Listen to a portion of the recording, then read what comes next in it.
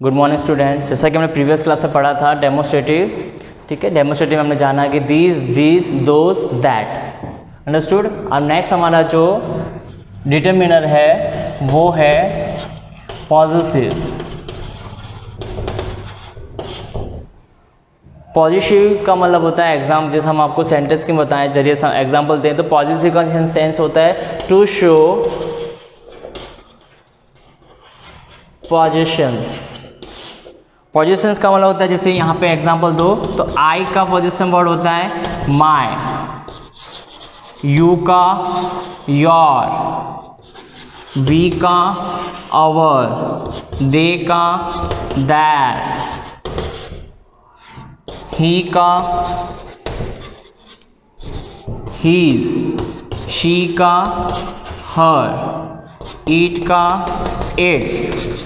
Particular को mail name हो, mail name का होता है हीज और फीमेल का होता है हर, अंडरस्टूड। ये जितने भी सारे वर्ड्स जो मैंने आपको बताए ये इनके अपने आप के क्या होते हैं, टू शो पोजीशन का होता है। ये इनको क्या फॉलो करके क्या एक्सप्रेस करते हैं, ये सारे के सारे पॉजिटिवनेस को एक्सप्रेस करते हैं। तो आई का माई होता है, यू का योर, ही का हीज, ईट का इट्स, वी का आवर, दे का दैर, सी का हर, राम का पर्टिकुलर को नेम मतलब मेल नेम होगा तो उसका पॉजिटिवनेस का वर्ड कौन सा आएगा, हीज, और फीमेल का हर, अंडरस्टूड। मैं आपको एग्जाम्पल के जरिए समझाना चाहूँगा। तो एग्जाम्पल देखिए आप,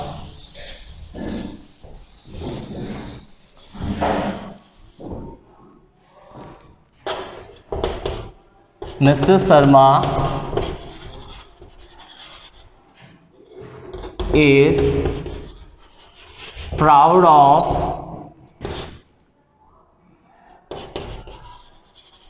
his knowledge। आपके एग्जाम में इस तरह के सेंटेंस आते हैं। Number 2, you can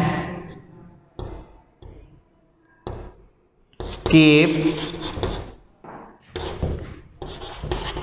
body fit if you take less fats।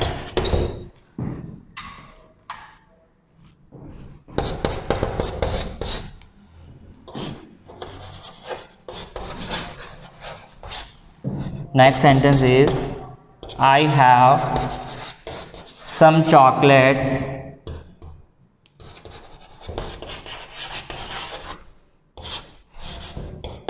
in dash pocket।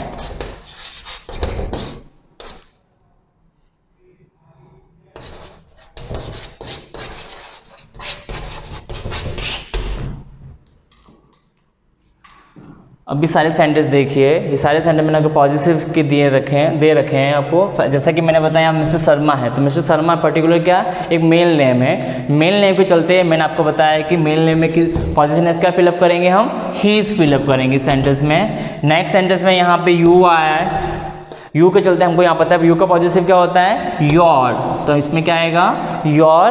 और लास्ट सेंटेंस में हमको पता है कि आई का पॉजिटिव क्या होता है माय। सो एग्जाम में आपके इस तरह के सेंटेंस आते हैं, इस तरह के ब्रैकेट में वर्ड्स दे रखे होते हैं। हमें नाउन वर्ड को पहचानना होता है, नाउन वर्ड को पहचान करके उसके पॉजिटिवनेस को फिल इन द ब्लैंक्स में फिलअप करना होता है। तो फर्स्ट सेंटेंस में होगा mister Sharma is the proud of his knowledge.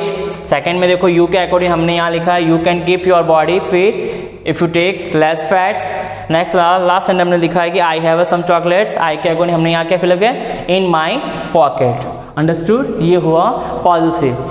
Now next determine types की हम बात करते हैं।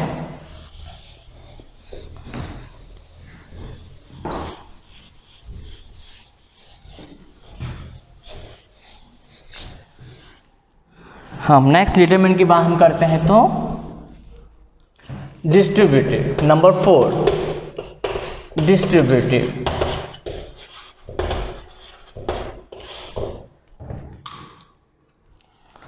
आपको वर्ड से ही पता चल रहा होगा, डिस्ट्रीब्यूट का मतलब होता है किसी भी चीज़ को हमको डिस्ट्रीब्यूट करना है, मतलब उसे क्या करना है वितरणात्मक करना है, ठीक है। डिस्ट्रीब्यूट्स में हमारे 4 वर्ड्स आते हैं, each, every, either, neither.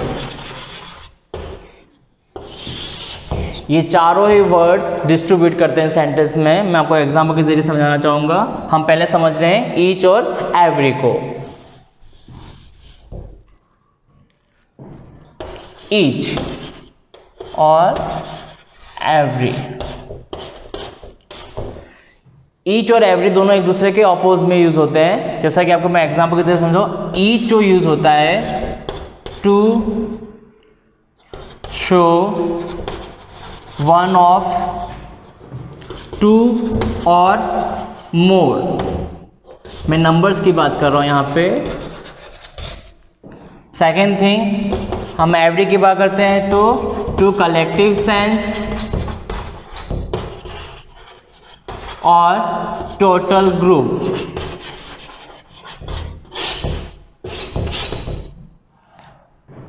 Each और एवरी की हम बात करें तो फॉर एग्जाम्पल मैं आपको पर्टिकुलर छोटी सी लैंग्वेज में बताना चाहूंगा। Each to show limits in all sentence, understood, और every to show collective sense and total group in all sentence, understood. मैं आपको एग्जाम्पल के जरिए समझना चाहूंगा कि ये चीज़ होते क्या है। वैसे आपको बता दो, ईच क्या करता है सेंटेंस में पर्टिकुलर लिमिट्स को शो करता है। लिमिट्स का सेंस करने का मतलब है वन ऑफ, टू और मोर, मतलब कहने का सेंस है हमारे पर्टिकुलर जो नंबर्स होते हैं हमारे पास क्या होते हैं, सारे लिमिट्स होते हैं। वहाँ पे क्या शो करता है, ईच शो करता है। सेकेंड थिंग वही चीज़ एवरी की हम बात करें तो सेंटेंस में क्या करता है, एवरी कलेक्टिव सेंस, मतलब सेंस को सेंस कर एक्सप्रेस करता है और साथ ही साथ टोटल ग्रुप को एक्सप्रेस करता है। मैं आपको एग्जाम्पल के जरिए समझाना चाहूँगा। एग्जाम्पल देखिए इसके,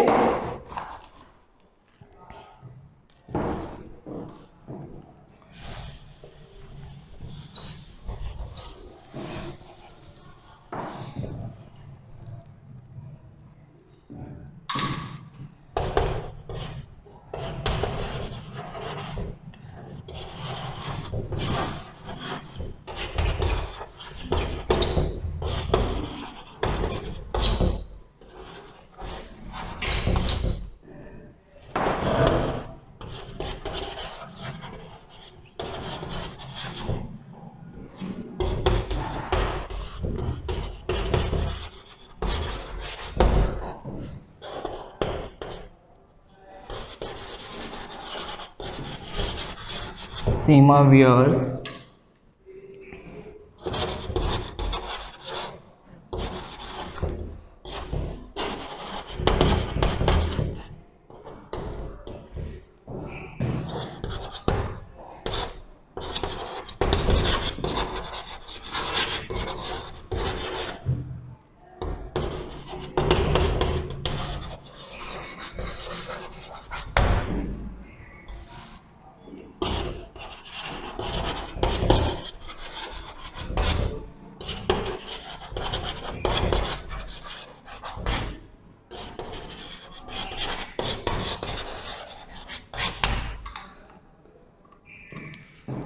देखिए मैंने आपको एग्जांपल दिए हैं ईच और एवरी के।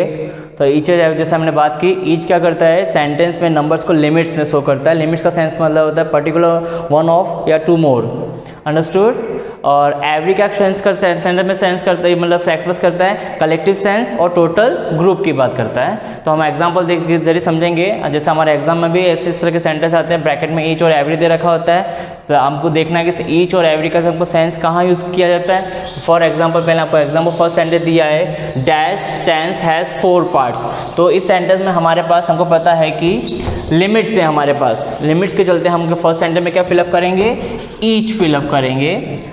तो ईच टेंस हैज़ 4 पार्ट्स। मैं जैसा कि मैंने बात कही ना ईच का, जैसा कि मैंने बात की ईच के जो सेंटेंस होते हैं उस तरह में मैं लिमिट्स को शो करता है। तो हमारे यहाँ पे सेंटेंस में लिमिट्स हैं, कितने 4 के लिमिट्स है। जैसे हमने बात की कि टेंस कितने होते हैं, कितने पार्ट्स होते हैं टेंस के, 4 पार्ट्स होते हैं। सो यहाँ पे क्या फिलअप करेंगे, ईच फिलअप करेंगे। सेकेंड सेंटेंस में देखिए यहाँ पे इसमें आएगा every. Every person wants to be successful.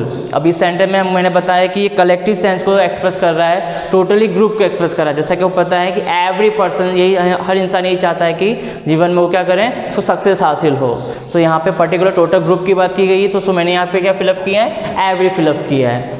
And then next sentence की हम बात करें तो यहाँ पे बैंगल्स ब्रिस्ट की बात करें तो हमारे ब्रिस्ट की हम बात करते हैं तो हमारे पे क्या लिमिट्स है वेट्स का, तो पर्टिकुलर सीमा की हम बात कर रहे हैं तो यहाँ पे क्या आएगा ईच ब्रिस्ट, सीमा वियर्स बैंगल ईच ब्रिस्ट। और लास्ट सेंटेंस में जैसे हम बात करें तो यह भी टोटल ग्रुप को एक्सप्रेस कर रहा है, टोटल ग्रुप का सेंस मतलब कलेक्टिव सेंस को एक्सप्रेस कर रहा है। जैसे every child would have milk every day, जैसे आपको पता है हर एक बच्चे को रोज हमें क्या देना होता है, दूध। तो यहाँ पे क्या हो रहा है, टोटल ग्रुप को एक्सप्रेस करने के चलते मैंने यहाँ क्या फिलअप किया, एवरी फिलअप किया। ये आपको 4 सेंटेंस के जरिए समझ में आया ईच और एवरी का यूज कहाँ होता है, अंडरस्टूड? Okay, thank you.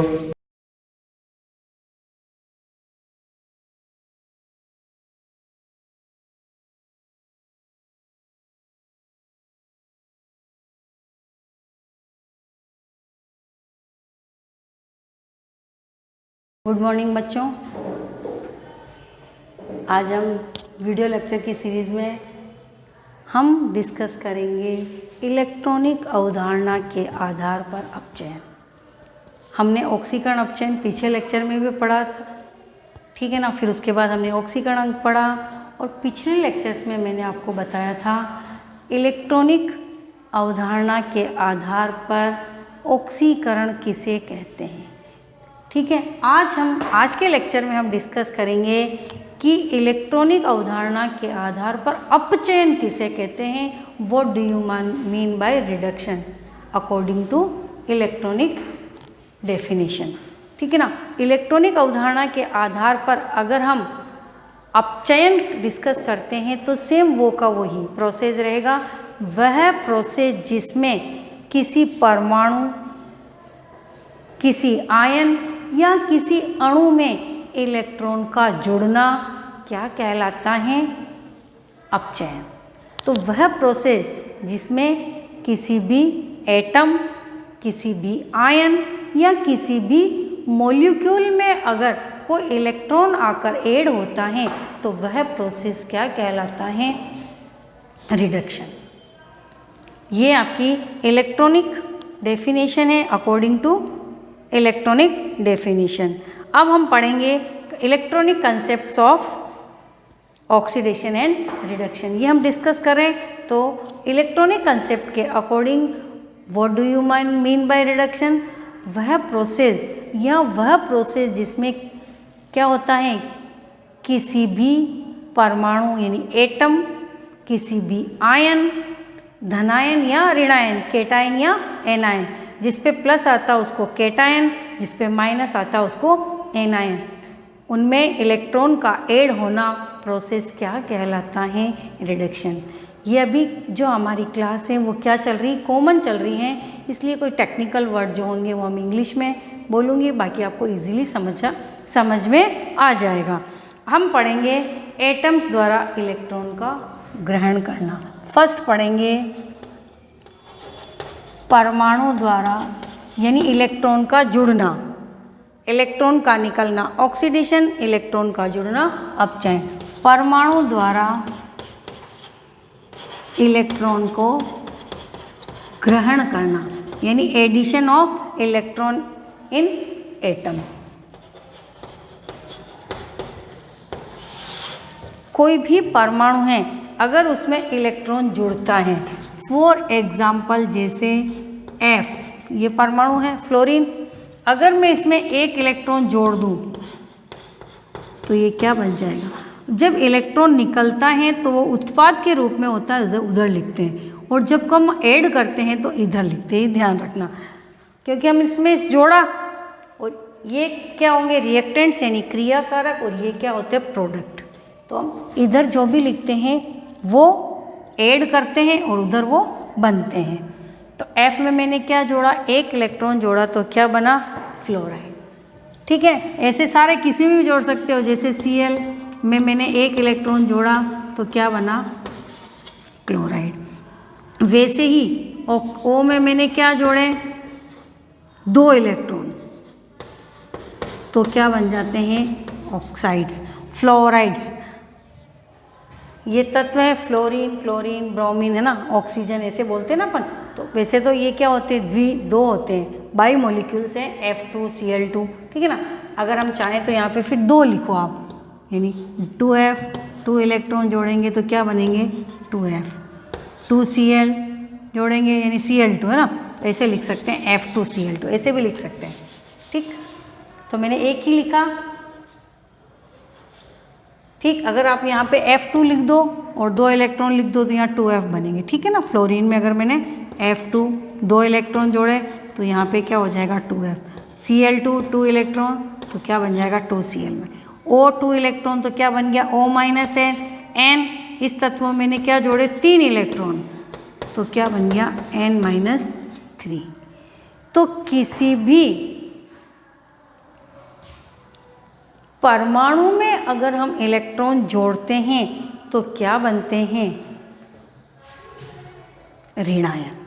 ठीक है, तो इलेक्ट्रॉन का ग्रहण करना क्या कहलाता है, अपचयन। ये बिल्कुल अच्छे से समझ में आ गया। किसी भी परमाणु में परमाणु लिखना है तो आपको क्या लिखना है, आपको अकेला ही लिखना है F plus 1 electron F minus, Cl plus 1 electron Cl minus, यानी ये सब परमाणु हो गए। एक जोड़ा फ्लोराइड, एक जोड़ा तो भी, यानी F का F माइनस फ्लोराइड में क्या हो रहा है, अपचयन। Cl का Cl माइनस क्लोराइड में क्या हो रहा है, अपचयन।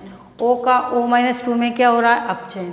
N का N माइनस 3 में क्या हो रहा है, अपचयन। यानी सल्फर ले लो, सल्फर में 2 इलेक्ट्रॉन जोड़ दो, क्या हो जाएगा S-2 सल्फाइड बन जाएगा, यानी S-2 का क्या हो रहा है, रिडक्शन, अपचयन।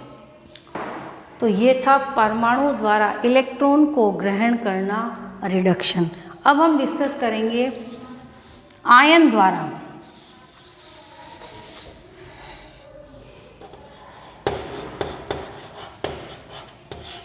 आयन द्वारा इलेक्ट्रॉन को ग्रहण करना यानी एक्सेप्ट करना। अब सबसे पहले आयन में कौन सा, धन आयन। ठीक है ना, तो आयन में भी हम क्या पढ़ेंगे, पहले धन आयन। इंग्लिश में इसको क्या बोलते हैं, केटायन, है ना। तो किसी भी केटायन द्वारा अगर इलेक्ट्रॉन एक्सेप्ट किया जाता है या ग्रहण किया जाता है तो उसका क्या हो जाता है, रिडक्शन। किसी भी धनावेश में कमी, फॉर एग्जाम्पल जैसे Fe+2, सॉरी फेरिक Fe+3। अगर मैं इसमें क्या है, इसमें 3 इलेक्ट्रॉन, प्लस का मतलब उतने इलेक्ट्रॉन कम, इतने इलेक्ट्रॉन कम है, मैंने 1 इलेक्ट्रॉन जोड़ दिया तो यहाँ क्या बन गया, Fe+2। Fe+2 में अगर 1 इलेक्ट्रॉन और निकाल दें तो फेरिक बनता है ऑक्सीकरण, और Fe+3 में 1 इलेक्ट्रॉन जोड़ दे तो क्या बनता है, Fe+2 फेरस। ठीक है ना, तो फेरिक का फेरस में अपचयन और फेरस का फेरिक में क्या होता है, ऑक्सीडेशन। ठीक है, वैसे ही आप दे सकते हो Sn+4, इसमें क्या जोड़ दो, 2 इलेक्ट्रॉन तो क्या बन जाएगा, Sn+2। स्टेनिक का स्टेनस में क्या हो जाएगा, क्या हो जाएगा, अपचयन। तो किसी भी धनावेश में यानी कोई धनायन है उसके इलेक्ट्रॉन में कमी क्या कहलाती है, अपचयन। फॉर एग्जाम्पल ये प्रोटॉन है, इसमें मैंने 1 इलेक्ट्रॉन जोड़ दिया तो ये क्या बन गया, H। ठीक है ना, तो अगर किसी भी धनायन में, केटायन में अगर मैं इलेक्ट्रॉन जोड़ती हूँ, Zn+2 में 2 इलेक्ट्रॉन जोड़ दिया तो क्या बन गया, Zn। ठीक है ना, तो किसी भी केटायन में अगर इलेक्ट्रॉन जोड़ते हैं, धनावेश में कमी, धनावेश में कमी, +3 से +2, +4 से +2, +1 से 0, +2 से 0, तो धनावेश में अगर कमी होती है तो उसको क्या बोलते हैं हम, रिडक्शन। तो किसी भी केटायन द्वारा अगर इलेक्ट्रॉन को क्या किया जाता है, एक्सेप्ट किया जाता है, उसको ग्रहण किया जाता है तो क्या बनता है, उसका क्या होता है, रिडक्शन होता है, अपचयन होता है। थर्ड हम पढ़ेंगे ऋणायन द्वारा इलेक्ट्रॉन को ग्रहण करना। ऋणायन द्वारा इलेक्ट्रॉन को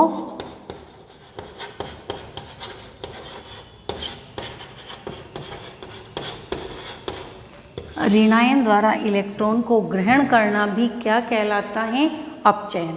सबसे पहले आप देखिए कोई भी ऋणायन ले लीजिए, जैसे MnO4, MnO4 माइनस में से अगर एक इलेक्ट्रॉन निकाल देते हैं, ये MnO4 माइनस 1, अगर ये एक इलेक्ट्रॉन ग्रहण कर ले, ठीक है ना, एक इलेक्ट्रॉन ग्रहण कर ले तो क्या हो जाएगा, MnO4 माइनस 2। तो भी क्या हो जाएगा, ऋणायनों द्वारा इलेक्ट्रॉन का ग्रहण करना भी क्या हो जाता है, अपचयन। यानी कि एक इलेक्ट्रॉन अगर और ग्रहण कर दिया तो MnO4 माइनस का MnO4 माइनस में 2 में क्या हो गया, रिडक्शन, ठीक है ना। अगर FeCN6 अगर -3 है और एक इलेक्ट्रॉन जोड़ दिया, क्या बन गया, FeCN6 -4, ठीक है ना, तो भी क्या हो जाएगा, अपचयन। यानी किसी भी आयन में अगर कोई ऋणायन है और वो इलेक्ट्रॉन ग्रहण कर रहे हैं तो उसका क्या होता है, अपचयन। तो MnO4 का MnO4 -2 में अपचयन, FeCN6 -3 का FeCN6 -4 में क्या होता है, अपचयन। अब ये सारी जो रिएक्शंस थी ये थी आपकी आयंस द्वारा इलेक्ट्रॉन को ग्रहण करना भी क्या होता है, अपचयन। अब है अणु द्वारा, मैंने बताया था परमाणु आयन या अणु द्वारा इलेक्ट्रॉन को ग्रहण करना क्या कहलाता है, अपचयन। ये हम बहुत ही आराम से आपको समझा रही हूँ, बिल्कुल धीरे धीरे मैं आपको पढ़ा रही हूँ कि आपको अच्छे से ये समझ में आ जाए। कोई भी अणु है, अगर किसी अणुओं द्वारा इलेक्ट्रॉन का ग्रहण करना भी क्या कहलाता है, अपचयन। अगर कोई अणु इलेक्ट्रॉन को ग्रहण करते हैं तो भी क्या कहलाता है, अपचयन। ये जब हम आधी अभिक्रिया पढ़ते हैं पूरी रिएक्शन में तब आपको समझ में आएगा। अभी मैं आपको केवल एक सिंपल सा एग्जांपल ले लें। अभी हम जब रिएक्शंस बैलेंस करेंगे, बड़ी रिएक्शंस पढ़ेंगे, तब आधी रिएक्शन करेंगे, तब आपको इजीली समझ में आ जाएगा। अगर ये इसको तोड़ेंगे, 2 इलेक्ट्रॉन ग्रहण करेगा तो ये किस में बदल जाएगा, H2 + 2OH माइनस में, यानी H2O का हाइड्रोजन और हाइड्रोक्साइड आयन में क्या हो गया, अपचयन। तो ये रिएक्शन के बीच में किसी अणु द्वारा अगर इलेक्ट्रॉन को ग्रहण किया जाता है तो उसका क्या हो जाता है, अपचयन। तो वह प्रोसेस जिसमें कोई परमाणु आयन, केटायन या एनायन, धनायन या ऋणायन या कोई अणु, आपको इतनी सी डेफिनेशन याद रखनी है केवल। ये सब आप पढ़ते पढ़ते वैसे ही आपकी प्रैक्टिस में आ जाएगा, आप इजीली समझ जाएंगे। ये आपको अभी के अभी याद करने की ज़रूरत नहीं है, केवल आपको ध्यान रखना है कि किस प्रोसेस को हम कहते हैं रिडक्शन, कि वह प्रोसेस जिसमें किसी भी परमाणु में, किसी भी आयन में या किसी भी अणु में अगर कोई इलेक्ट्रॉन जुड़ जाता है तो वह प्रोसेस क्या कहलाता है, अपचयन। ये थी आपकी इलेक्ट्रॉनिक कंसेप्ट यानी इलेक्ट्रॉनिक अवधारणा के आधार पर ऑक्सीडेशन एंड रिडक्शन। अब हम पढ़ेंगे अकॉर्डिंग टू ऑक्सीडेशन अंक। ऑक्सीडेशन नंबर के आधार पर ऑक्सीकरण और अपचयन किसे कहते हैं। बहुत इजी टॉपिक है। ऑक्सीडेशन अंक के आधार पर ऑक्सीकरण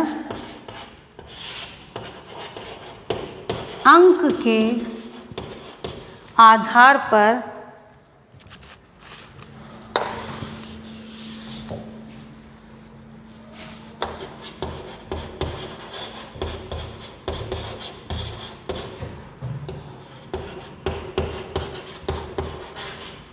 ऑक्सीकरण एवं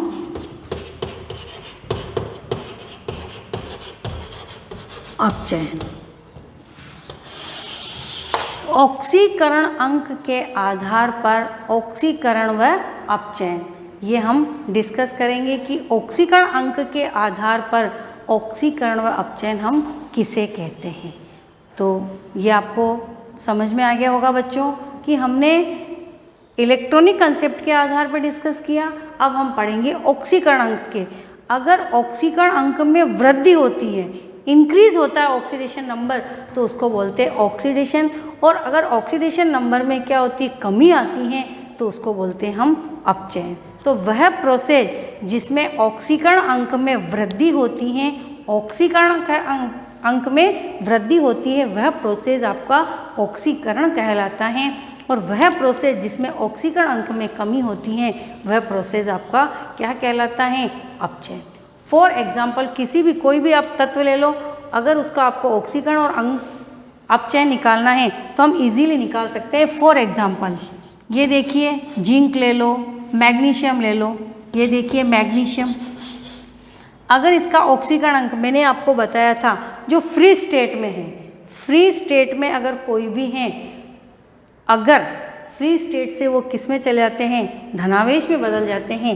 यानी जिंक से अगर ये 2 इलेक्ट्रॉन त्याग दे और किस में बदल जाए, जिंक +2 में। ठीक है, तो जिंक से जिंक +2 में गए, इसका ऑक्सीडेशन अंक क्या होता, फ्री स्टेट में 0। और यहाँ पे कितना हो गया, मैंने आपको अच्छे से बताया कि अगर कोई भी आयन है तो उसके ऊपर जो चार्ज होता है वही उसका क्या होता है, ऑक्सीकरण अंक। मैग्नीशियम से क्या बना, Mg+2, 2 इलेक्ट्रॉन। इसकी जगह एल्यूमिनियम ले लो, क्या बना, Al+3, 3 electron.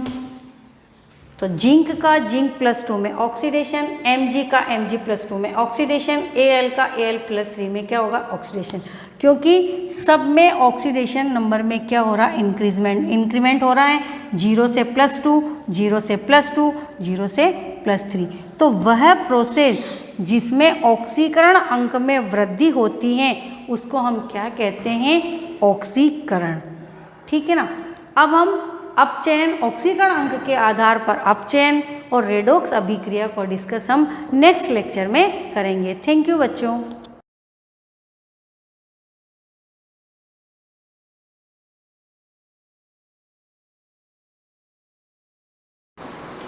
Good morning students. Last class में हम देख रहे थे कि जो डायरेक्ट मेथड है, और डायरेक्ट मेथड के लिए हम जो डिवाइस यूज़ करते हैं, डायरेक्ट मेथड के लिए लेंथ को मेजर करने के लिए हम क्या यूज़ करते हैं, डायरेक्ट मेथड। और डायरेक्ट मेथड में हम जो डिवाइस यूज़ करते हैं, जो स्टैंडर्ड मेजरमेंट डिवाइस यूज़ करते हैं, उसमें हमने मीटर स्केल का देखा था कि मीटर स्केल लास्ट कितना डिस्टेंस मेजर कर सकती है, यानी उसका लीस्ट काउंट कितना है। ठीक है, वैसे वैसे सेकंड हमने देखा था वर्नियर कैलिपर्स, और वर्नियर कैलिपर्स जो जिसका लीस्ट काउंट कितना होता है, 0.1 mm होता है। कितना होता है, 0.1 mm, या हम कह सकते हैं ऑर्डर में 10⁻⁻⁴ मीटर तक का वो डिस्टेंस मेजर कर सकता है, यानी स्मॉल डिस्टेंस। यानी जो वर्नियर कैलिपर्स होता है वो मीटर स्केल से और ज़्यादा फाइन डिस्टेंस को भी मेजर कर सकता है, यानी और ज़्यादा छोटे डिस्टेंस को भी मेजर कर सकता है। इसके बाद जो नेक्स्ट डिवाइस था हमारा वो क्या था, स्क्रू गेज। क्या था, स्क्रू गेज। अब स्क्रू गेज भी होता है जो कि आपकी लैब में आपको दिखेगा, कुछ इस टाइप का डिवाइस होता है स्क्रू गेज, ये।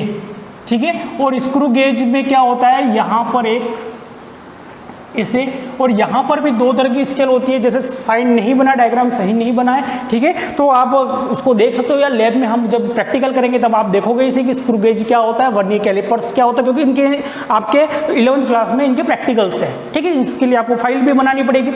तो स्क्रू गेज जो होता है, तो जैसे कि हमने देखा था वर्नियर कैलिपर्स, तो वर्नियर कैलिपर्स किसके लिए मेजर करते हैं, तो वर्नियर कैलिपर्स किसके लिए, जैसे कि ये ग्लास है, ये ग्लास है, इस ग्लास की ये जो लेंथ है, अंदर की जो लेंथ है, इसको मेजर करने के लिए हम क्या यूज करते हैं, वर्नियर कैलिपर्स यूज करते हैं। ठीक है, वर्नियर कैलिपर से जो ग्लास की थिकनेस है उसको मेजर करने के लिए हम वर्नियर कैलिपर्स यूज करते हैं। जो इसका डायामीटर है, यानी एक्सटर्नल जो डायमीटर है, उसको मेजर करने के लिए हम वर्नियर कैलिपर्स यूज करते हैं। इस ग्लास के जो अंदर का जो डायमीटर है उसको मेजर करने के लिए हम वर्नियर कैलिपर्स का यूज करते हैं। तो ये सारे यूज किसके हैं, वर्नियर कैलिपर्स के। अब नेक्स्ट जो हमारा डिवाइस है वो है स्टैंडर्ड मेजरमेंट डिवाइस, वो है स्क्रू गेज।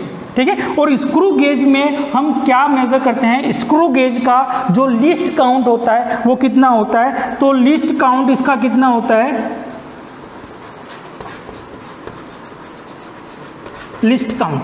ठीक है, तो स्क्रू गेज का जो लिस्ट काउंट होता है वो कितना होता है, तो इसका लिस्ट काउंट होता है 0.01 mm।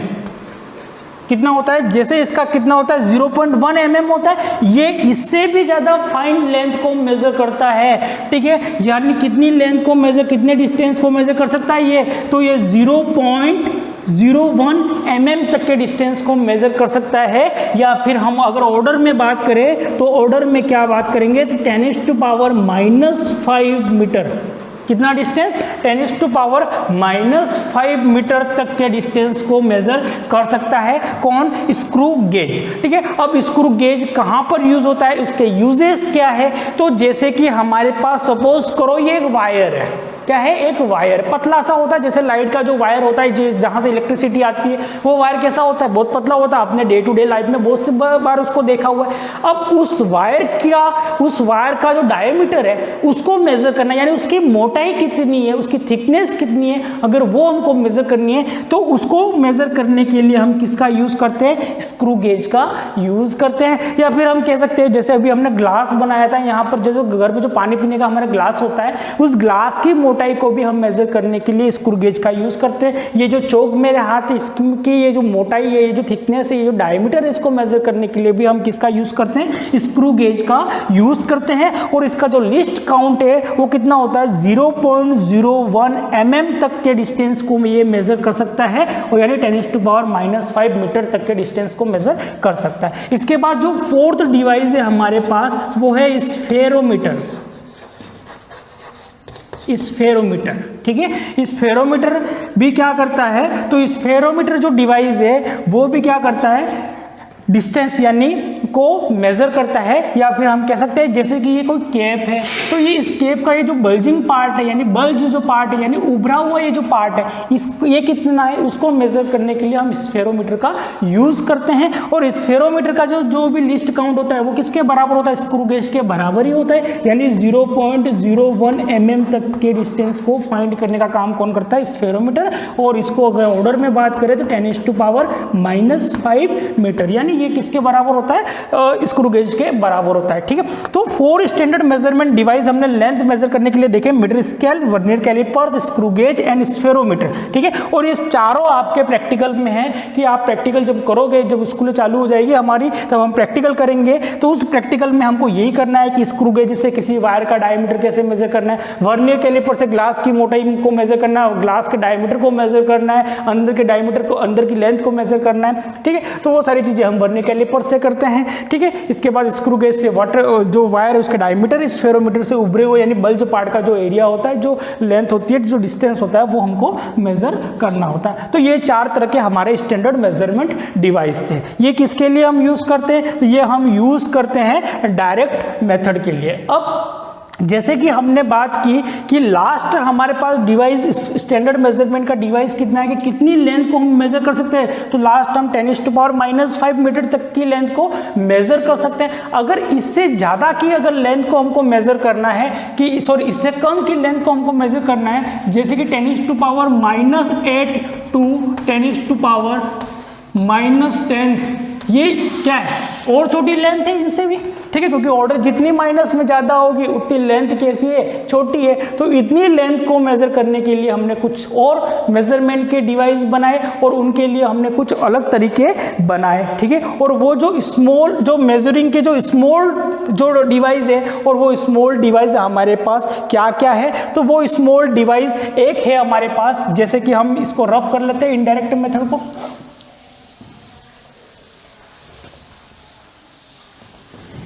इसके बाद हमको कौन सा पढ़ना रहेगा, तो इसके बाद हम इनडायरेक्ट पढ़ेंगे, क्योंकि डायरेक्ट एक बार पूरा कंप्लीट कर देते हैं। मेजरिंग स्मॉल डिस्टेंस, ठीक है। तो स्मॉल डिस्टेंस को मेजर करने के लिए हमने कुछ डिवाइस बनाए, और वो डिवाइस में क्या है, तो सबसे पहला डिवाइस है हमारा ऑप्टिकल माइक्रोस्कोप, ऑप्टिकल माइक्रोस्कोप, ठीक है, जो कितनी लेंथ को मेजर करता है, तो जो लेंथ को, जो कितने डिस्टेंस को मेजर कर सकता है, तो 10⁻⁻6 टू 10⁻⁻2 10⁻⁻7 मीटर तक के डिस्टेंस को कौन मेजर करता है? Optical microscope. अब ऑप्टिकल क्यों बोला? क्योंकि इसके लिए विजिबल लाइट यूज होती है, लाइट यूज होती है, इसीलिए हम बोलते हैं इसको ऑप्टिकल माइक्रोस्कोप। ये कितना मेजर करता है? 10⁻⁻6 टू 10⁻⁻7 तक के डिस्टेंस को मेजर करता है। इसके बाद हमारे पास जो डिवाइस है वो क्या होता है? इससे छोटे डिवाइस को हम इसके लिए यूज़ नहीं कर सकते हैं, और इससे छोटे डिस्टेंस के लिए हमने जो दूसरा स्टैंडर्ड मेजरमेंट डिवाइस बनाया वो है हमारा एक्सरे माइक्रोस्कोप। क्या है? X ray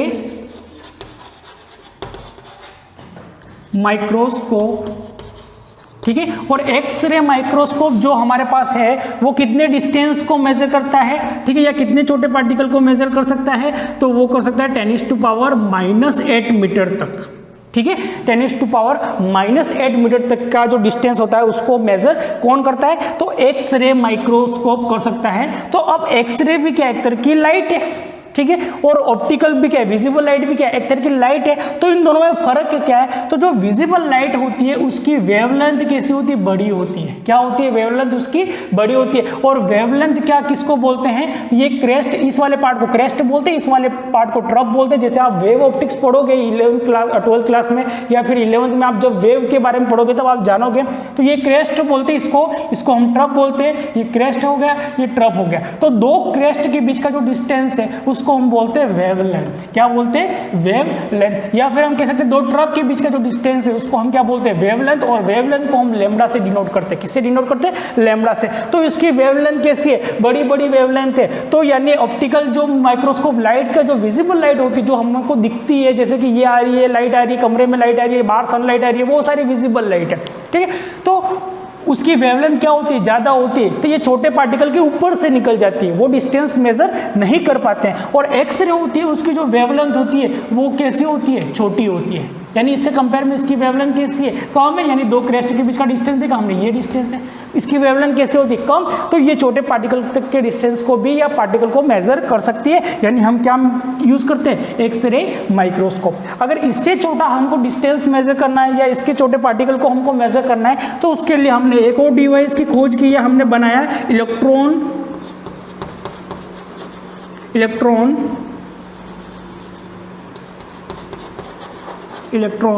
microscope. Electron microscope. और इलेक्ट्रॉन माइक्रोस्कोप कितनी लेंथ को मेजर करता है? तो हम कह सकते हैं 10⁻⁻9 मीटर तक की लेंथ को मेजर करता है। कौन? 10⁻⁻9 मीटर तक की लेंथ को मेजर करता है इलेक्ट्रॉन माइक्रोस्कोप। इसके बाद की जो लेंथ है कि जैसे 10⁻⁻10 है, या फिर हम जानते हैं इलेक्ट्रॉन की जो साइज है वो 10⁻⁻ कितनी है? तो वो 10⁻⁻15 है, ठीक है। यानी होती कितनी है? -14 टू -15 होती है, ठीक है। तो इन लेंथ को मेजर करने के लिए हम इनडायरेक्ट मेथड का यूज करते हैं। और इनडायरेक्ट मेथड में हम क्या यूज करते हैं? तो कैलकुलेशन करते हैं, ठीक है।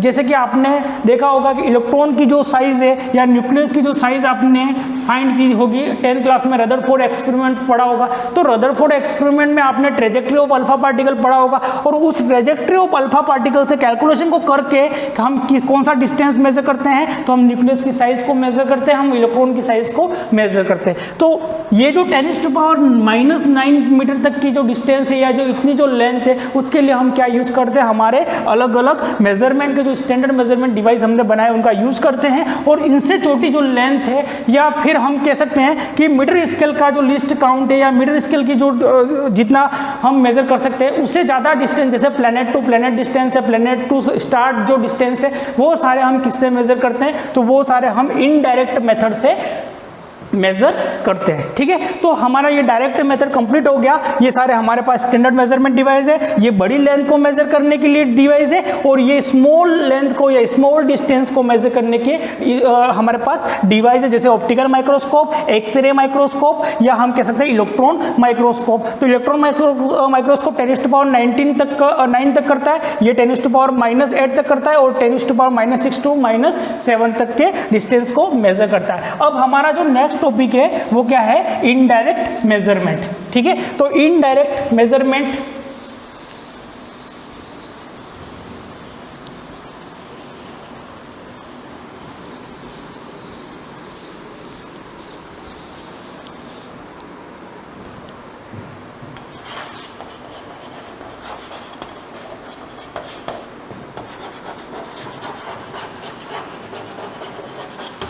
Indirect measurement.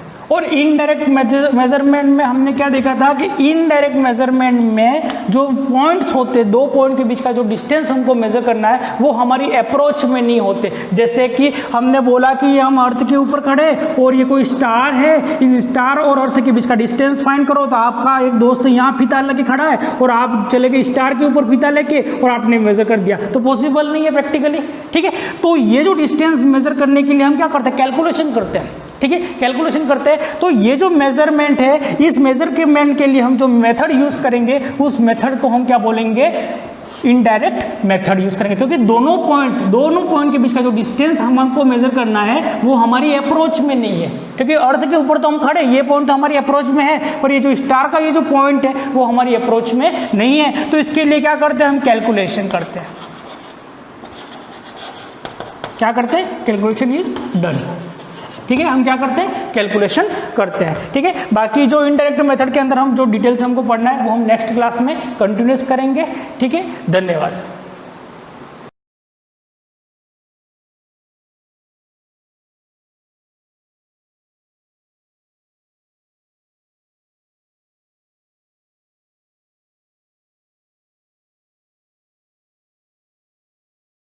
Good morning everyone. जैसा कि आपको पता है कि हमने दो मॉडल डिस्कस कर लिए थे प्लाज्मा मेम्ब्रेन के बारे में, और प्रीवियस वीडियो में आपने उनको देखा भी होगा। एक था आपका सैंडविच मॉडल, दूसरा था यूनिट मेम्ब्रेन मॉडल। इससे आगे जो है आपका मोस्ट इंपॉर्टेंट मॉडल है जो एक्सेप्टेड था, और एक्सेप्टेड क्यों था उसके बारे में भी डिस्कस करेंगे। तो यूनिट मेम्ब्रेन मॉडल और आपका जो सैंडविच मॉडल था वो एक्सेप्टेड क्यों नहीं, मतलब एक्सेप्ट क्यों नहीं हुआ, उसको भी हमने देख लिया था। तो आज जो हम पढ़ने वाले हैं, तो जो आपका मॉडल होगा वो है फ्लूइड मोज़ेक मॉडल। कौन सा, फ्लूइड मोज़ेक मॉडल। और इसको दिया किसने था, तो प्रपोज्ड बाय, ये आपको नाम याद रखने हैं, तीन ही मॉडल पढ़े हमने, तो तीनों तीन नाम तो इजीली याद हो जाएंगे आपको। तो proposed by Singer and Nicolson, Singer and Nicolson, दो साइंटिस्ट थे सिंगर एंड निकोलसन जिन्होंने ये मॉडल प्रपोज किया था। तो इसका नाम क्या था, फ्लूइड मोज़ेक मॉडल, और proposed by Singer and Nicolson. अब इसके अंदर था क्या, तो सबसे पहली बात मैं आपको बता देता हूँ कि जो फ्लूइड मोज़ेक मॉडल है, आपको अगर सैंडविच मॉडल याद है तो सेम एज सैंडविच मॉडल है, बस इसके अंदर थोड़े से चेंज थे जो सैंडविच मॉडल के अंदर नहीं थे, जिसकी वजह से वो एक्सेप्ट नहीं हुआ था। और ये एक्सेप्ट क्यों हुआ था उसका रीजन भी हम डिस्कस करेंगे, वही नया है इसके अंदर। बाकी सारा आप सेम एज पढ़ोगे सैंडविच मॉडल की तरह। आपको ध्यान रखना है सैंडविच मॉडल, ना कि आपका यूनिट मेम्ब्रेन। तो ये सैंडविच मॉडल की तरह ही था। तो सबसे पहली बात इन्होंने क्या बताया था, कि इन्होंने बताया था कि plasma membrane is made up of protein and phospholipid. तो प्लाज्मा मेम्ब्रेन ये मोस्ट इंपॉर्टेंट मॉडल है आपका, इसको मार्क कर लेना इंपॉर्टेंट। तो plasma membrane is made up of protein and phospholipids, phospholipids.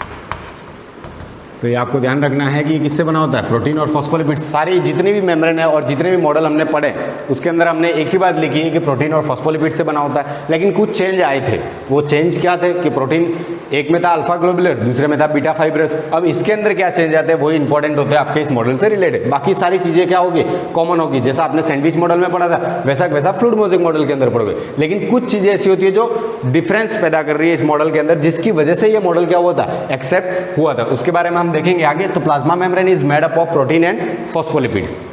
दूसरी बात, इसके अंदर जो फॉस्फोलिपिड्स मॉलिक्यूल होता है वो कैसा होता है, एम्फीपैथिक होता है, सेम एज बताया था इन्होंने भी। तो फॉस्फोलिपिड मॉलिक्यूल्स आर एम्फीपैथिक। क्या होता है, एम्फीपैथिक होता है। और एम्फीपैथिक का मतलब क्या होता है वो हमने देख लिया था, लेकिन यहाँ पे एक बार फिर से आपको बता देता हूँ क्योंकि यहाँ पे इंपॉर्टेंट हो जाता है वो।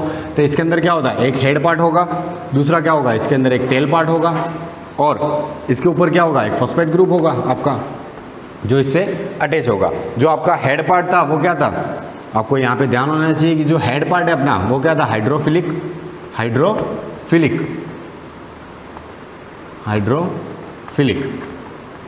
या जिसको हम क्या कह सकते हैं, पोलर पार्ट। दूसरी बात, जो टेल वाला पार्ट था इसका वो कैसा था, हाइड्रोफोबिक, या फिर इसको हम क्या कह सकते हैं, जो आपका नॉन पोलर था। Non polar. ये तो हमने देख लिया था एम्फीपैथिक के बारे में। इसके बाद जो आपका फॉस्फोलिपिड्स होता है उसके अंदर दो टाइप की मूवमेंट होती है। कितने टाइप की मूवमेंट होती है? दो टाइप की मूवमेंट होती है। तो अपन यहाँ पे देख लेते हैं जो इन्होंने नया बताया था। अब यहाँ पे नए की बात करेंगे कि जो आपका फॉस्फोलिपिड मॉलिक्यूल्स है show two types of movement.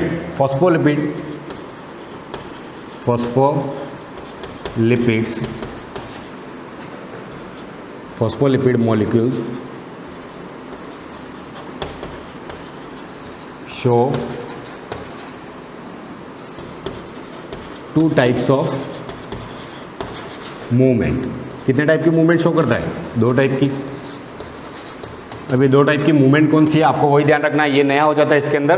तो जो फॉस्फोलिपिड मॉलिक्यूल होता है वो दो टाइप की मूवमेंट शो करता है और दोनों टाइप की मूवमेंट शो करेगा। यूँ नहीं है कि हम दो टाइप की पढ़ रहे हैं लेकिन एक ही टाइप की कोई प्लाज्मा मेम्ब्रेन किसी ऑर्गेनिज्म के अंदर मूवमेंट शो कर रहा है और दूसरे के अंदर नहीं कर रहा है, ऐसा नहीं। दोनों टाइप की मूवमेंट एक ही प्लाज्मा मेम्ब्रेन के अंदर शो होगी। मतलब जो हम प्लाज्मा मेम्ब्रेन यहाँ पे पढ़ रहे हैं वो सबके अंदर होगी जो प्लाज्मा मेम्ब्रेन प्रेजेंट है। आपको ध्यान रखना है कि फॉस्फोलिपिड मॉलिक्यूल जो होता है इसके अंदर दो टाइप की मूवमेंट होती है।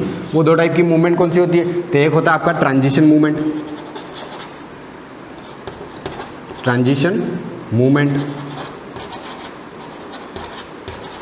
और दूसरी होती है आपके फ्लिप फ्लॉप मूवमेंट। कौन सी? Flip flop movement. तो दो टाइप की मूवमेंट शो करता है। कौन कौन सी? एक तो आपका ट्रांजिशन मूवमेंट, दूसरी होती है आपके फ्लिप फ्लॉप मूवमेंट। अब ये होता क्या है तो आपको ध्यान होना चाहिए कि हम फॉस्फोलिपिड मॉलिक्यूल की बात करें तो phospholipid molecules show two types of movement. दो टाइप की मूवमेंट शो करता है और कौन सी होती है? ट्रांजिशन मूवमेंट और फ्लिप फ्लॉप मूवमेंट। जो नया है आपके किसके अंदर? फ्लूइड मोज़ेक मॉडल के अंदर ये नई चीज हो जाती है क्योंकि जितने भी हमने पहले मॉडल पढ़े उसके अंदर ऐसी कोई मूवमेंट की बात की नहीं थी। तो यहाँ पे देख लेते हैं हम ये मूवमेंट होता क्या है। तो ट्रांजिशन मूवमेंट जो होता है तो इसके अंदर फॉस्फोलिपिड मॉलिक्यूल के अंदर मूवमेंट कैसा होगा? तो ट्रांजिशन मूवमेंट का मतलब होता है movement of phospholipid molecule in same layer.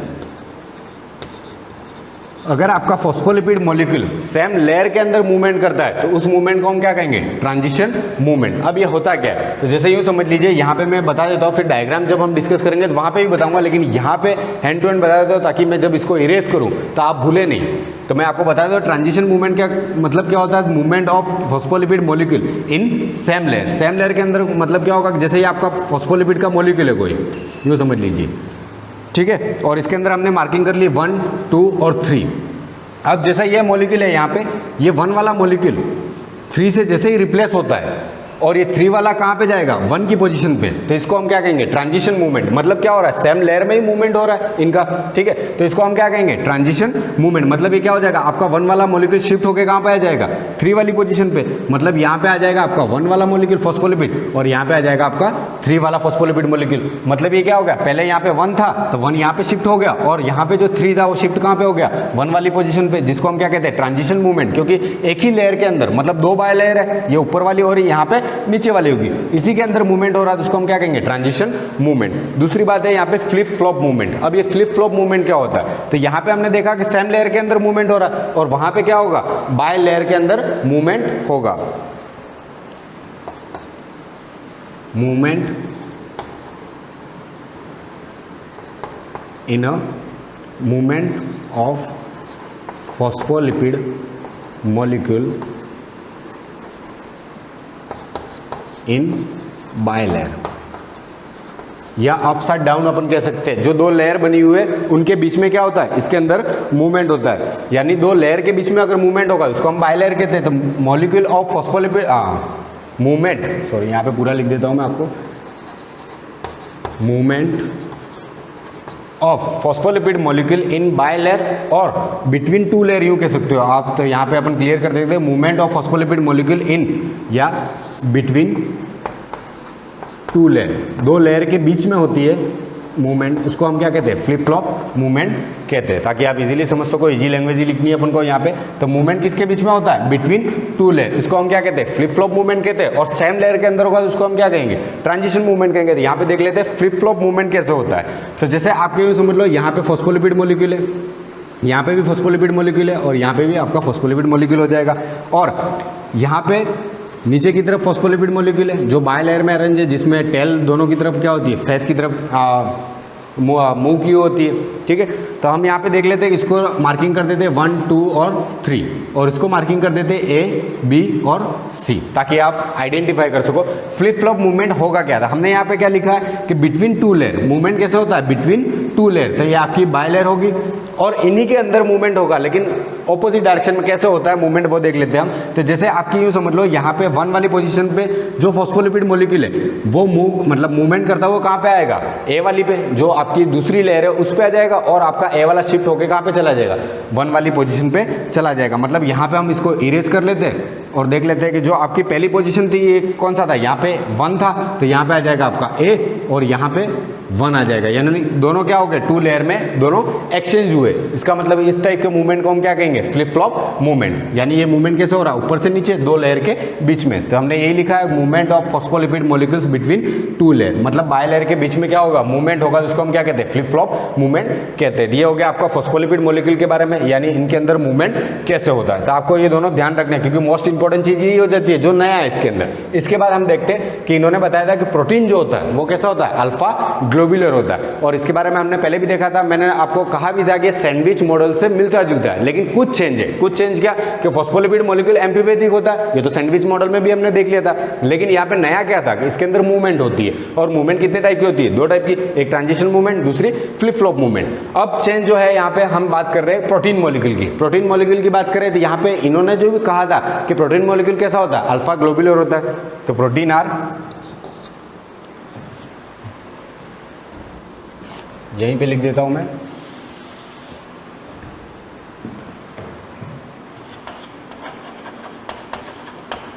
Proteins R alpha globular. अब अल्फा ग्लोबुलर है तो मैंने आपको बता दिया था कि अल्फा ग्लोबुलर प्रोटीन किस टाइप का होता है, तो सर्कुलर प्रोटीन होता है। कैसा होता है, circular protein.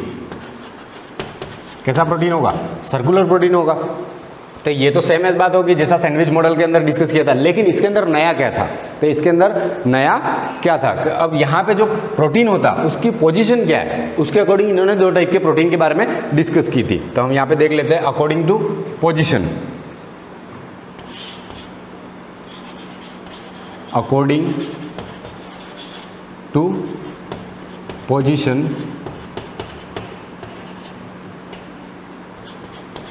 Proteins are of 2 types. कितने टाइप का होता है, 2 टाइप का होता है, अकॉर्डिंग टू पोजीशन। यहाँ से ये अलग है, आपको ये पता होना चाहिए, यहाँ पे ये अलग हो जाता है, तो शामिल मत कर देना। तो आपका जो प्रोटीन होता है अकॉर्डिंग टू पोजीशन, यहाँ पे अपन ने मूवमेंट की बात की थी, किसकी, फॉस्फोलिपिड मॉलिक्यूल के मूवमेंट की बात की थी। यहाँ पे हम क्या बात कर रहे हैं कि according to position proteins are of 2 type. कितने टाइप का होता है, 2 टाइप का होता है। कौन कौन सा, तो एक होता है आपका एक्सट्राइंसिक और दूसरा होता है इंट्राइंसिक। अब ये क्या होता है वो भी डिस्कस करेंगे हम। एक होता है आपका एक्सट्राइंसिक, दूसरा होता है इंट्राइंसिक। एक प्रोटीन कौन सा होता है आपका, एक्सट्राइंसिक प्रोटीन, और दूसरा हो जाएगा इंट्राइंसिक प्रोटीन, इंट्रिंसिक प्रोटीन। अब ये होता क्या है, तो आपका जो एक्सट्राइंसिक प्रोटीन होता है नाम से ही पता चलता है एक्सटर्नल, और इंट्रिंसिक का मतलब होता है इंटरनल। तो अपन देख लेते हैं यहाँ पे एक्सट्राइंसिक प्रोटीन क्या और आपका एक्सट्राइंसिक इंट्रिंसिक प्रोटीन और एक्सट्रिंसिक प्रोटीन होता क्या है। तो इसके बारे में हम देख लेते हैं कि एक्सट्रिंसिक प्रोटीन जो होता है आपका, 2 टाइप के प्रोटीन होते हैं। होता कैसा है, यानी आपका अल्फा ग्लोबुलर टाइप का ही प्रोटीन होता है, लेकिन सर्कुलर होता है। ये तो बात हमने देख ली, लेकिन इसमें नया क्या है, तो प्रोटीन 2 टाइप के होते हैं, एक्सट्रिंसिक प्रोटीन और दूसरा इंट्रिंसिक प्रोटीन। अब ये है क्या, तो जो आपका एक्सट्रिंसिक प्रोटीन होगा वो आउटर साइड होगा, तो प्रेजेंट आउटर साइड और प्रेजेंट आउटर साइड और attach to head part of phospholipid molecule. आपका जो फॉस्फोलिपिड मॉलिक्यूल होता है उसके हेड पार्ट से अटैच होता है और दूसरा क्या होता है, आउटसाइड प्रेजेंट होता है। आउटसाइड मतलब जैसा हमने सैंडविच मॉडल के अंदर देखा था, बाहर की तरफ जो प्रोटीन अरेंज होते हैं वैसा ही अरेंजमेंट क्या होता है, एक्सट्रिंसिक प्रोटीन का होता है। जब डायग्राम देखेंगे तो आपको क्लियर भी हो जाएगा, लेकिन यहाँ पे पता होना चाहिए, जो समझा रहा हो वो समझ लो कि प्रोटीन प्रेजेंट आउटर साइड क्या होता है, बाहर की तरफ होता है, और attach to head part of phospholipid molecule. Head part जो होता है आपके फॉस्फोलिपिड मॉलिक्यूल का उससे अटैच होता है, तो आउटसाइड ही होगा। यहाँ पे जो लिखा उससे ही हमको समझ में आ जाता है कि इनका अरेंजमेंट कैसा होता है, हेड अवे होता है दोनों का एक दूसरे से, और टेल जो होती है वो क्या करती है, एक दूसरे को मतलब फेस करती है, जिसकी वजह से अपन को यहाँ पे क्लियर हो जाता है कि प्रोटीन क्या होगा, कंप्लीटली आउटसाइड होगा। यहाँ पे जो इंट्रिंसिक प्रोटीन होता है वो कंप्लीटली या पार्शियली क्या होता है, एम्बेडेड होता है। तो पार्शियली और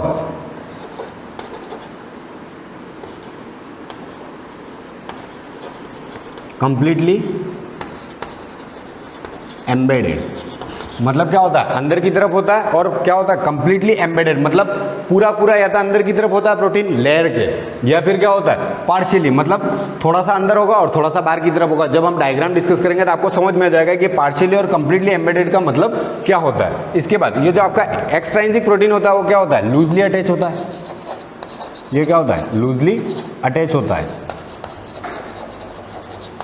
ये क्या होता है, लूजली अटैच होता है। तो आपको ये प्रोटीन के बारे में समझ में आ गया होगा। सॉरी, मैं यहाँ पर एक बार आपको इसको रिवाइज कर देता हूँ ताकि आप इसको जब भी देखें आपको समझ में आ जाएगा हमने क्या क्या यहाँ पे डिस्कस किया और नया क्या। तो protein is made up of, plasma membrane is made up of protein and phospholipid, इसके बारे में आप जानते ही हो। फॉस्फोलिपिड्स मॉलिक्यूल्स आर एम्फीपैथिक, ये कॉमन बात थी। नया क्या था, phospholipids molecules show two types of movement. अब ये मूवमेंट कौन सी थी, ट्रांजिशन मूवमेंट और flip flop movement. Transition movement का मतलब क्या होता है, movement of phospholipid molecule in same layer, जो मैंने आपको यहाँ पे डिस्कस करके बता दिया था। और फ्लिप फ्लॉप मूवमेंट क्या होता है, movement of phospholipids molecule between two layer. जब दो लेयर के बीच में मूवमेंट होगी फॉस्फोलिपिड मॉलिक्यूल की तो उसको हम क्या कहेंगे, फ्लिप फ्लॉप मूवमेंट कहेंगे। इसके बाद हमने देखा प्रोटीन कैसा होता है, अल्फा ग्लोबुलर होता है, सेम एज सैंडविच मॉडल। लेकिन इसके अंदर नया क्या आता है, तो अकॉर्डिंग टू पोजीशन, इनकी जो पोजीशन है उसके अकॉर्डिंग ये प्रोटीन दो टाइप का होता है, एक्सट्रिंसिक प्रोटीन और दूसरा होता है इंट्रिंसिक प्रोटीन। अब ये एक्सट्रिंसिक और इंट्रिंसिक क्या होता है, एक्सट्रिंसिक प्रोटीन जो होता है वो आउटसाइड प्रेजेंट होता है और attach to head part of phospholipid molecule. इसके बाद ये क्या होता है, लूजली अटैच होता है। जबकि इंट्रिंसिक प्रोटीन जो होता है वो क्या होता है, या तो पार्शियली या कंप्लीटली एम्बेडेड होता है इनसाइड, मतलब आपकी जो लेयर है उसके अंदर कंप्लीटली या तो अंदर की तरफ होगा, घुसा हुआ यूं कह सकते हैं पर अंदर की तरफ, ठीक है, जिसको हम कहते हैं एम्बेडेड इंग्लिश के अंदर, ठीक है। तो पार्शियली या कंप्लीटली एम्बेडेड होगा। अब जो इसके बाद बचता है इससे रिलेटेड, मतलब इसका डायग्राम, इसके बाद इसके अंदर जो इसके ड्रॉबैक्स थे या फिर ये कंप्लीटली एक्सेप्ट हुआ था, एक्सेप्ट होने का कारण क्या था, इसके बाद इसके अंदर एक फ्रेज दिया गया था, वो फ्रेज क्या है उससे रिलेटेड हम बात करेंगे नेक्स्ट वीडियो में। Thank you.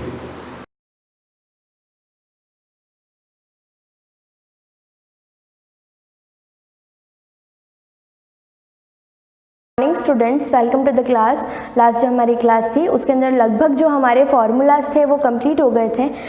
लास्ट जो फार्मूला हमने फिनिश किया था, वैसे आपकी जो बुक है, जिन बच्चों के पास बुक है अभी, उसमें सबसे लास्ट में आपको फार्मूलाज गिवन भी है, sin 3x के, 2x के, सारे ट्रिग्नोमेट्रिक फंक्शंस के। लास्ट तक ऑलमोस्ट आपके फार्मूलाज कंप्लीट हो गए थे, और अगर कुछ रह भी गया होगा तो उसको हम बाद में डिस्कस करेंगे। अभी हम स्टार्ट कर रहे हैं एग्जाम्पल्स। एग्जाम्पल नंबर 6 है जैसे आपकी बुक का, बुक का एग्जाम्पल नंबर है ये। प्रूव दैट, क्वेश्चन है ये,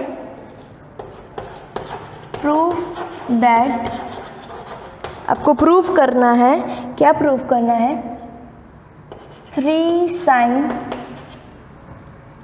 pi upon 6 sec pi upon 3 into में है minus 4 sin 5 pi upon 6 cot pi by 4 is equal to 0।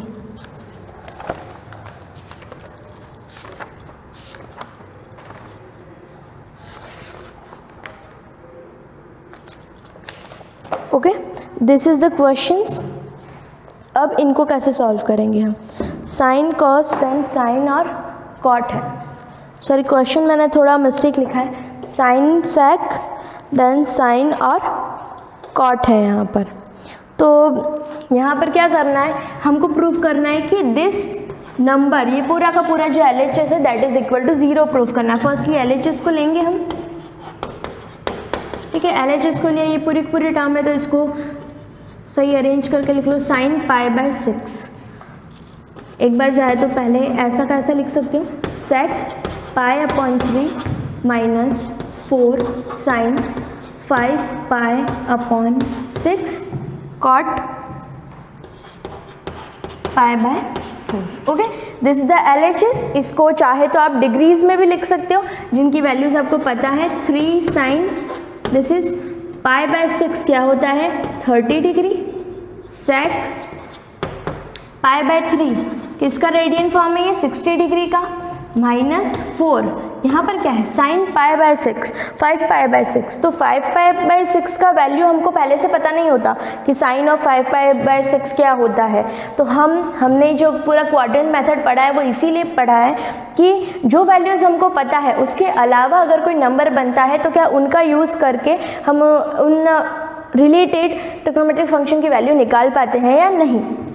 तो यहाँ पर ये एक चीज़ कर सकते हो आप, या तो इसको भी डिग्री में ही लिख लो, firstly write it in the degree form, और क्वाड्रेंट मेथड जो भी बनता है उस तरीके से सॉल्व करो, या फिर यहीं पर इसका वैल्यू आप निकाल सकते हो। कैसे, यहाँ लिखा है 5π/6। तो अब हम इस चीज़ को किस तरीके से लिखेंगे, इस फॉर्म में लिखेंगे कि यहाँ पर कोई ना कोई 6 ऐसा नंबर हो जो 6 से डिवाइड हो रहा हो। तो 5 के नियरेस्ट कौन सा नंबर है जो 6 से पूरा पूरा डिवाइड होगा, वेदर इट इज़, एक स्टेप पीछे जाते हैं, 4 नहीं होगा डिवाइड, मतलब 6 से डिवाइड पूरा पूरा नहीं होगा।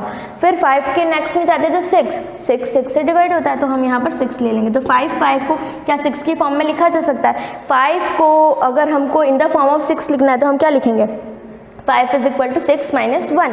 उसी तरीके 5π है तो यहाँ पर हम इसको लिख सकते हैं 6π माइनस π/6। यहाँ पर है cot π/4, cot π/4 यानी कि cot 45। अगर आप इनको डिग्रीज में नहीं भी लिखना चाहते, एज पाई ही कंटिन्यू करते हो तो भी इट्स ओके, लिख सकते हैं। अब यहाँ पर वैल्यूज़ ले लेते हैं हम, 3 इंटू साइन 30। साइन 30 का वैल्यू क्या बनता है, 1/2 होता है। Now sec 60 degree, we don't know the value of sec 60 degree.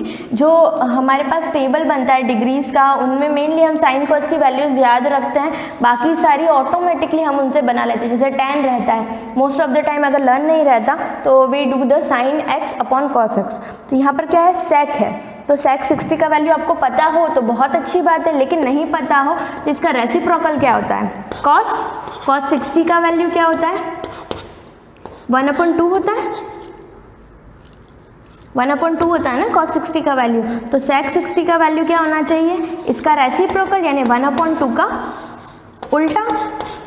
तो जस्ट जैसे रेसिप्रोकल करेंगे तो क्या आ जाएगा, ये 2/1 यानी कि sec 60 डिग्री का वैल्यू क्या है 2। तो मल्टीप्लाई में आ गया यहाँ पर 2 माइनस 4 साइन। अब इसको और सिंप्लीफाई करेंगे तो क्या कंडीशन बनेगा, जैसे सेपरेट करेंगे 6π/6 क्या बनेगा, 6 से 6 कैंसिल, पाई माइनस की जगह माइनस, नाउ π/6।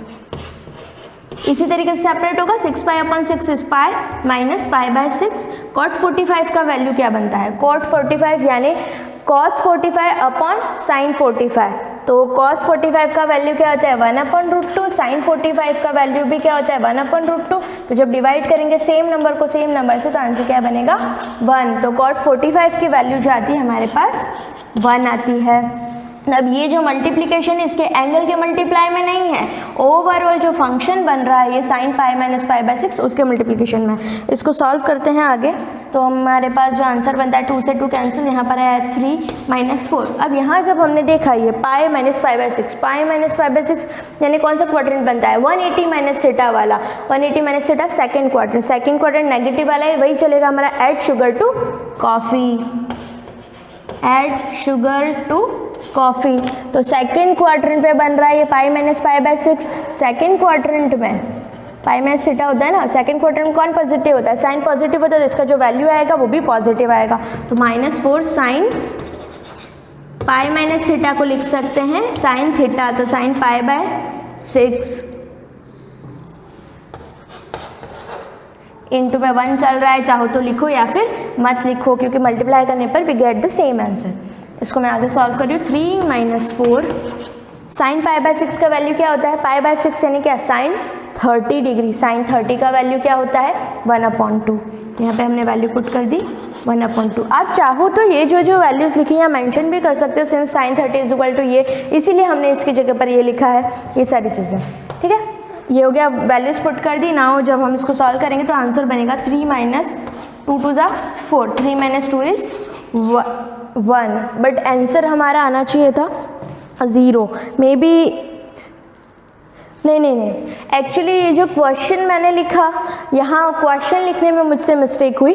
ये जो क्वेश्चन है पूरा 3 साइन पाई बाय 6 और cot pi by 4 is equal to 1 आपको प्रूफ करना है। आप इसको करेक्ट कर लीजिएगा। बाय मिस्टेक मैंने क्वेश्चन में इक्वल टू 0 की जगह 1 लिख लिया था, तो जब हमने LHS को सॉल्व किया तो हमारे पास आंसर क्या आया? 1 which is equal to RHS। आपने जो क्वेश्चन नोट किया है उसको करेक्ट कर लीजिएगा। इक्वल टू में 0 प्रूफ नहीं करना है, इक्वल टू 1 प्रूफ करना है। तो 1 आंसर हमारा आ चुका है, LHS इक्वल टू RHS। इस तरीके से अलग अलग एंगल्स आपको गिवन होंगे, पूरी एक फॉर्म होगी, उसको step by step values put करते जाना है और सॉल्व करते जाना है। तो ज़्यादा डिफिकल्ट क्वेश्चंस नहीं है, ये बहुत ही ईजी है, जो चीज़ आप पहले भी पढ़ के आ चुके हो 10th में। बस उसी को कुछ ज़्यादा सॉल्व करेंगे यहाँ पर। अब जैसे क्वेश्चन नंबर हम यहाँ देखते हैं, जैसे एग्जाम्पल है एक रैंडम सा, आप बस देख लीजिए, आपकी बुक में ये नहीं होगा मे बी। एग्जाम्पल नंबर, जैसे आपने उसको 6 दिया था तो इसको 7 दे दो चाहे तो। ठीक है, निम्न के मान ज्ञात कीजिए, या फिर find the values, find the value. First निम्न के मान ज्ञात करो। फर्स्ट आपको गिवन है cos 75 degree, next is given sin 105 degree. Okay, अब इसको अपने तरीके से करना है, कैसे भी करके हमको आंसर लेके आना है। तो यहाँ पर हम क्या करेंगे, what we would do, cos 75 का वैल्यू नहीं पता हमको, नहीं पता कि 75 का वैल्यू क्या होता है, क्योंकि हम जो एंगल मेजरमेंट लेते हैं उसमें लेते हैं 30, फिर उसके बाद आता है 45, फिर देन 60, फिर उसके बाद में हम 90 पर चले जाते हैं। 75 बीच में हम नहीं लेते हैं। तो लेकिन 75 का वैल्यू तो नहीं पता, बट कुछ वैल्यूज़ तो है ऐसी जो हमको पता है। तो पहले फर्स्ट क्वेश्चन लिया cos 75 डिग्री। तो अब हम इसको कुछ और तरीके से लिखने की कोशिश करेंगे, ताकि हम उन एंगल्स की फॉर्म में लिखने की कोशिश करेंगे जिनकी वैल्यूज़ हमको पता है। ठीक है, तो यहाँ दिख रहा है 75, लास्ट डिजिट क्या दिख रहा है 5। तो हम ये कोशिश, तो ये तभी पॉसिबल है अगर जो वैल्यूज़ जिनकी हमको पता है 30, 45, 60, तो जो वैल्यूज़ नोन है हमको पता है, उनमें से कौन सी वैल्यूज़ यहाँ पर हम रखें, 75 को किसकी इक्वल लिखें कि हमारे पास जो 2 एंगल्स बने या फिर 3 एंगल्स बने वो नॉन हो, हमको पता हो। तो 75 में एंड में 5 किस में आता है, किस एंगल में आता है, 45 में आता है, प्लस इसमें मैं क्या ऐड करूँ कि 75 बन जाए। 30 की वैल्यू भी पता है हमको, 45 की वैल्यू भी पता है, दोनों का सम करने पर 75 आता है। तो क्वेश्चन में जहाँ पर भी 75 आपके पास लिखा हुआ है उस जगह पर हम लिखेंगे 45 प्लस 30। तो क्वेश्चन क्या बन जाएगा आपका यहाँ पर, that is equal to cos, इसका सॉल्यूशन यहाँ करिए 45 डिग्री प्लस 30 डिग्री। तो अब ये फॉर्मेशन क्या बन गया है आपका, cos a प्लस b, जो फॉर्मूला हमने पहले पढ़ा था। सिंस जो भी फॉर्मूला लगाओगे मेंशन करोगे, cos a plus b is equal to cos a into cos b, plus है तो यहाँ पर साइन बनेगा माइनस का, minus sine a into sine b। Okay, this is the formula cos a plus b is equal to cos a into cos b minus sine a into sine b। यहाँ पर a की जगह पर कौन है 45, where a की जगह पर कौन है 45 डिग्री है और b की जगह पर कौन है 30 degree. Now put the values. तो इस cos 45 प्लस 30 को आप क्या लिख सकते हैं, दैट इज इक्वल टू, इसी का यहाँ पे आगे एक्सपेंशन कर रही हूँ मैं, इसको लिखेंगे cos a यानी 45 इंटू cos b यानी 30 degree minus sine 45 degree minus sine A into sine b sine 30 degree. Now put the values, you will get your 1/√2, इसका वैल्यू बनता है √3/2 एंड इसका वैल्यू 1/√2 और अलग अलग टर्म्स है इसलिए मैंने ब्रैकेट्स यूज़ कर लिए यहाँ पे 1/√2 मल्टीप्लाई विद साइन 30 का वैल्यू 1/2। तो क्या आंसर बन रहा है इसको जब हम सॉल्व कर रहे हैं, that is equal to √3/2√2 2√2 bracket से हटा रहे हैं माइनस 1/2√2। तो देखो डिनोमिनेटर सेम है, डिनोमिनेटर सेम होने पर क्या कंडीशन बनता है, whenever the denominators are same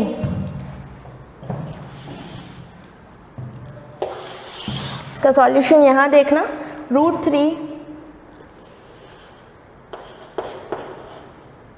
minus 1/2√2 √3/2√2।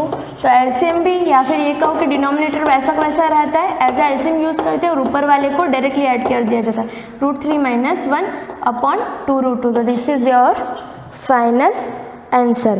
तो इस तरीके से cos 75 का वैल्यू निकल गया। अब वहाँ पर जहाँ 105 था तो वहाँ पर हम कौन से एंगल्स ले सकते थे, 105 है, अगेन हम चेक करते हैं 105 मतलब 45 तो होना ही चाहिए, तभी हमारा 5 फर्स्ट डिजिट आ सकता है। तो साइन 105 डिग्री, तो इसको आप कैसे लिखेंगे, फॉर्मूला आपको अप्लाई करना है, मैं बस बता रही हूँ। तो 45 तो लेना ही पड़ेगा ताकि हम सामने का 45 में क्या ऐड करूँ कि 105 बन जाए 60। तो यहाँ पर फॉर्मूला लगेगा साइन ए प्लस बी का, वही sine A into cos B plus cos A into sine B. ठीक है, इसको आपको आगे सॉल्व करना है। जितने भी एग्जाम्पल्स है उसको आप ट्राई करेंगे और एक्सरसाइज की जो क्वेश्चंस है वो भी अगर इन फार्मूला से आप कर पा रहे हैं तो प्रैक्टिस करना है आपको। इसमें यही है, फार्मूलाज लर्न होने चाहिए एंड अप्लाई करें, आपके पास आंसर आ जाएगा। Okay, thank you.